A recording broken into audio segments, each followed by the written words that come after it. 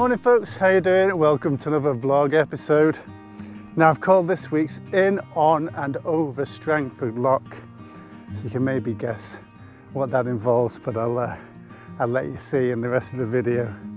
If you're new to this channel, I generally do a new video every Sunday, mostly walking videos or outdoors videos, and as this lockdown eases, hopefully a bit more juggling on the channel as well. Did actually get my first booking for this Saturday and shaved the beard, so I had my usual goatee beard, so the lockdown beard is gone. But yeah, gig was cancelled. Anyway, I'm pretty sure there'll be a few more round the corner soon enough. So last weekend didn't get up to the Mournes at all, and if you live in Northern Ireland you'll know why. Yeah, big gorse fire, devastated a huge section of the Mournes last weekend, so yeah, it was pretty distressing to see, especially where there was nesting birds and a lot of the wildlife would have gone, and a lot of the flora and fauna that is, you know, pretty, well, not unique to the Mournes, but you know, hard to recover once it's gone.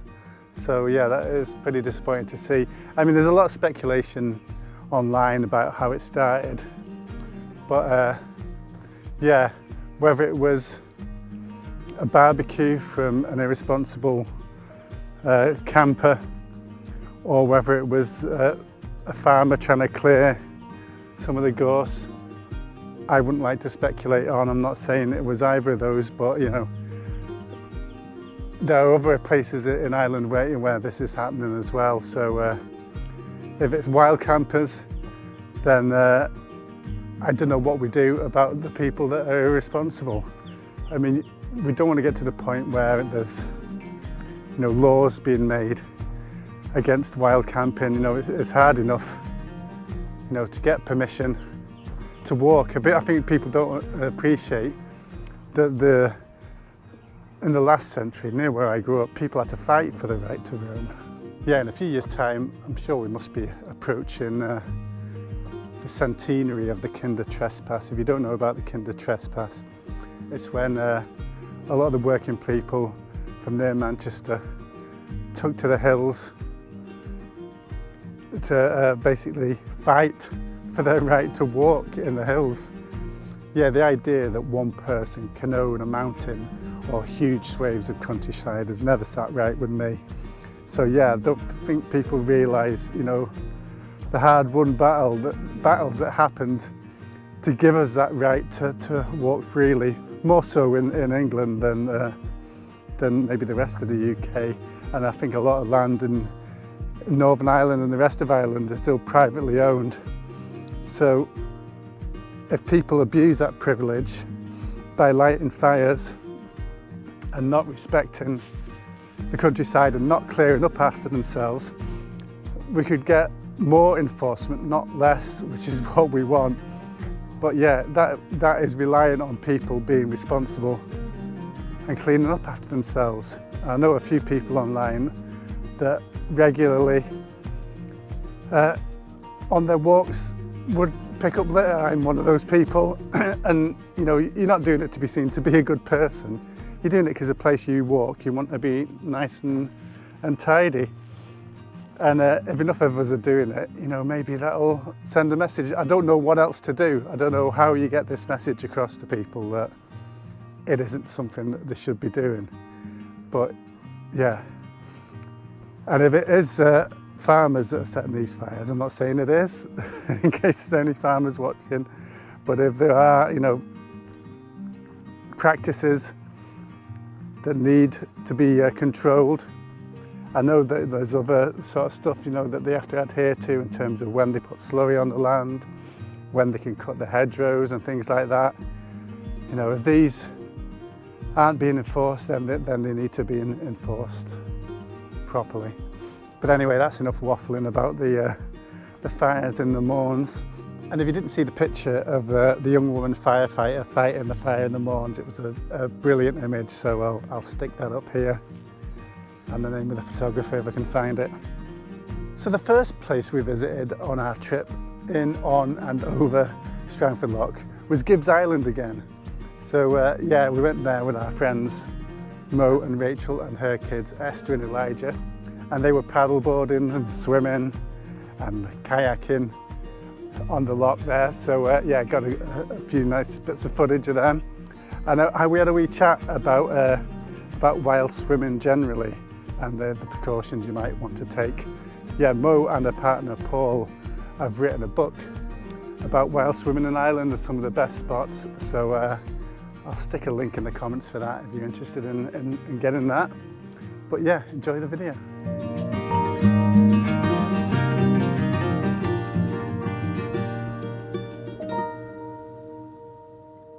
Off you go. Tally-ho! See you later. Tell you what, that was worth the money every time I come. So we're down at Gibbs Island again, and fans of Rosie will be glad to see that she's back on the vlog. Hello Rosie. Hi! And last time people saw you was probably at Gibbs Island. We did a walk here, I think. That was the last time you were on, I think. So how are the legs?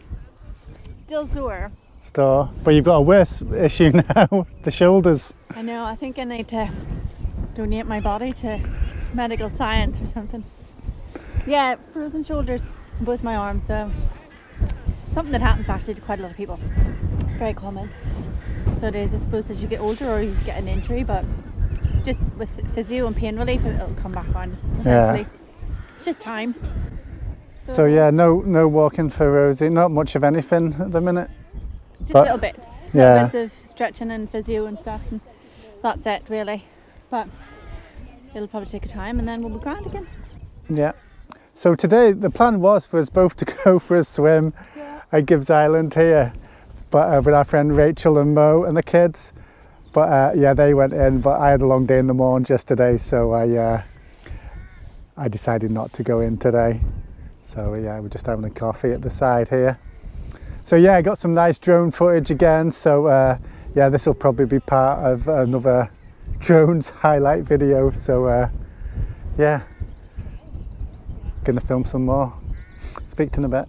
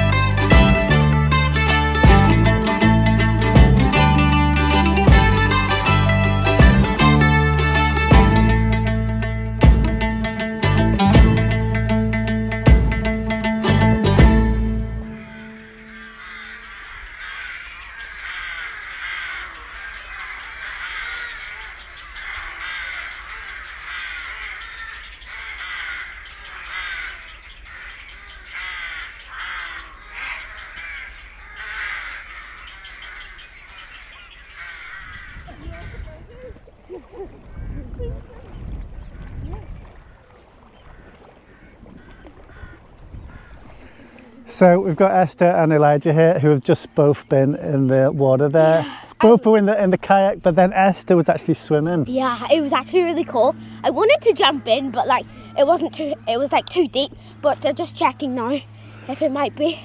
Like it was too shallow, so they're checking now if it would be deeper. Did you not fancy a swim today, Elijah? No, I didn't want to swim. Yeah. At least you got out in the boat. Yeah. Better than me, just sat on the side here, drinking coffee. Right, let's see if Esther's going to jump in. Yeah, I'll check.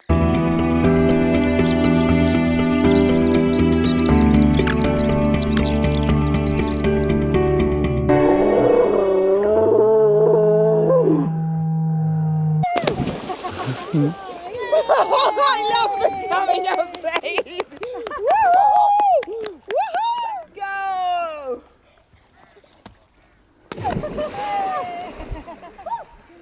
Hey! You need a jingle. Did you want to ask me a question, Dave?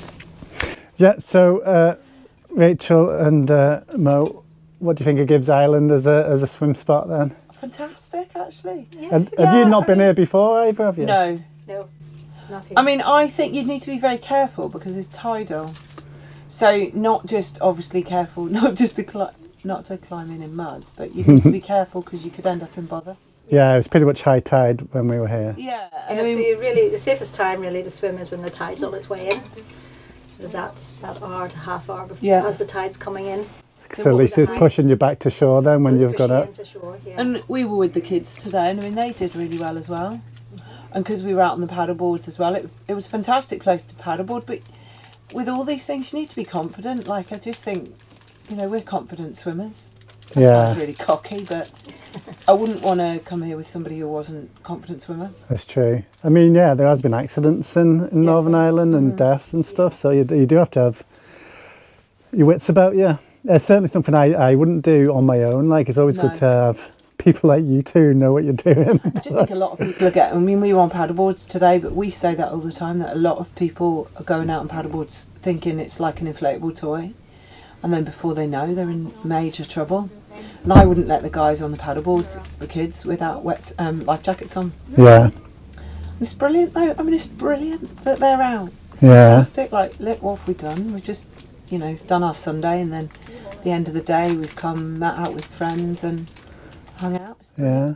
Strangford Lough's amazing. Like, where would you get it? Like, all the wee islands and stuff. Beautiful and so very. Clearly it's balmy because look at me. I'm sitting around with Look at the nothing hands. on. Not a hot water bottle or anything. Oh yeah. Yeah, I've got my hot water bottle because my right hand's got a little bit chilly. It's absolutely beautiful though. Yeah, And I think on a day without wind, it'd be lovely to swim out to the island. yeah, That would be a really nice, or Yeah. swim round the island, it'd be a really lovely swim. yeah. But it's just being really conscious of the tides and, That's it. yeah. Oh, that's good. I'll just have to show off this fancy paddleboard holder Stringing it up, on the sister. roof of the ambulance. Okay, thanks guys. Thanks. Bye.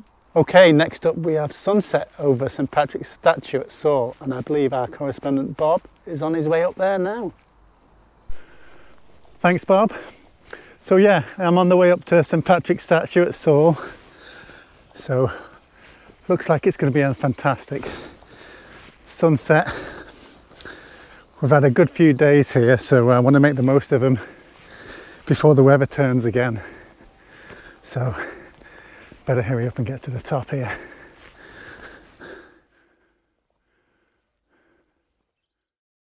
Right, that's us on the top here.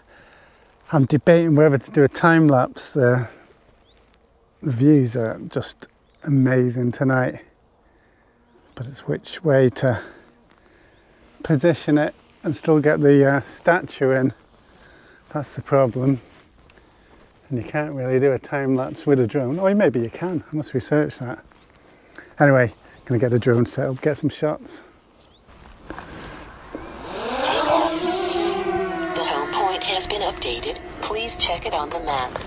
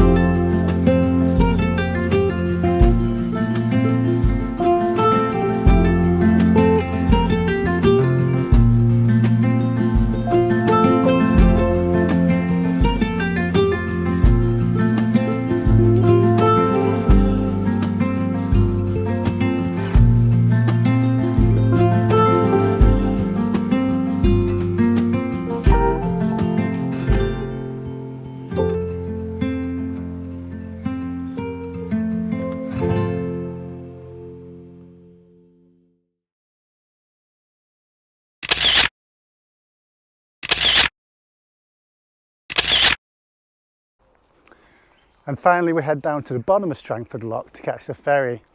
Now my son was 21, I know I don't look old enough, do I? Last week, so him, my granddaughter and I went for a bit of a road trip, had a picnic on Gibbs Island and then took the ferry over, travelled up the peninsula to Strangford Tower. So I was hoping to get some footage around Strangford Tower as well, but the signs all over the car park saying no drones, and that's because it's pretty close to an airfield. It's only a small airfield, I think, you know, microlights and tiny planes leave from there. And yeah, so I want to do everything by the book, so yeah, I didn't fly the drone up there, but I did get some nice shots with the camera, so I'll stick them up.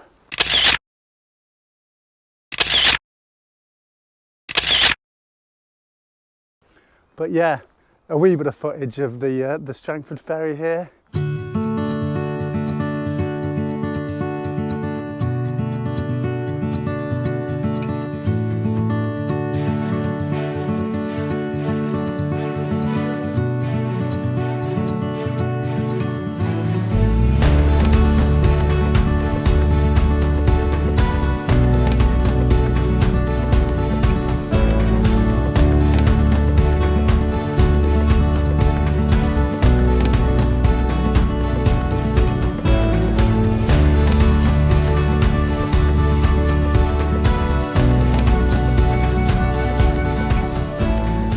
There you go. Hope you enjoyed your trip in, on and over Strangford Lough. So hopefully next week will be another walking video. As I said, I wasn't up last weekend because of the fires, but hopefully I'm going to get up this weekend at some point. I still need to get a gas canister for my new camping stove. So we may have a cooking and walking video soon. Here's hoping. Yeah, maybe a vegan fry on top of Donald or something. But anyway, that'll do for this week. Thanks for watching and subscribe if you haven't done already. And we'll see you next time.